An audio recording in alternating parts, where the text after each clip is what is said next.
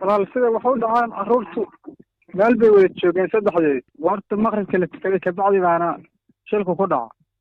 walxaha marka carruurta ku qarxay ma waxay ahaayeen wax ay ku ciyaarayeen mise wax iyagoo socda ee qabsaday ayay ahaayeen qaabkay waxa u dhacaan annagu hadda odin lama joogin ayaga dhaafsiisan marka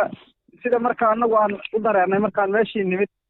inay waxa shay inta meel ka soo qaadeen ku ciyaarayeen gargaraaceen baan u aragnay hooyada carruurta dhashay waxay ii sheegtay in carruurtu ay guriga joogeen oo shilku uu ka dhacay guriga marka waxaan qarxay horay muu arki jirteen umaanan arki jirinin waxa la arki jiray haddii la arki lahaa waa laga xafidi lahaa meel laga fogeyn lahaa carruurta waxa la arki jiro sida meelaha yaalyaalay may ahayn wax un markaas un la kulantay ayaga ahayd adiga iyo hooyaduba guriga waad ka maqnaydeen markii ay wax dhacayeen marka ma jugta iyo dhawaqa ayaad ku soo baxdeen mise si kale ayuu warku idinku soo gaaray jugta iyo dhawaqaan maqalnay mana kama fogeyn anigu waa u dhowaa marka dadkii ugu soo hormaray baan ka mid ahaa marka jugtaan maqalnay jugtaan ku soo orodnay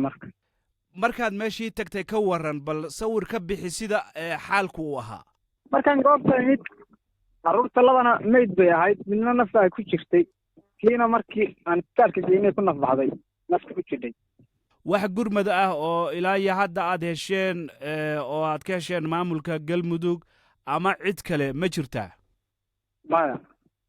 hadda carruurtii waa la aasay bal ka waran waa sidee xaaladda qoyska isaguwa qoysku hadda waa iska fiican yahay waxaan hadda dadku mar hadduu islaam yahay waxaan dhacdadaana ilaahay baa keenay hadda waxa jawigu gaara hadda bedelan ma jiraan jawigu waa iska caadigiisii oo iska nabad qabnaa intii kale hadda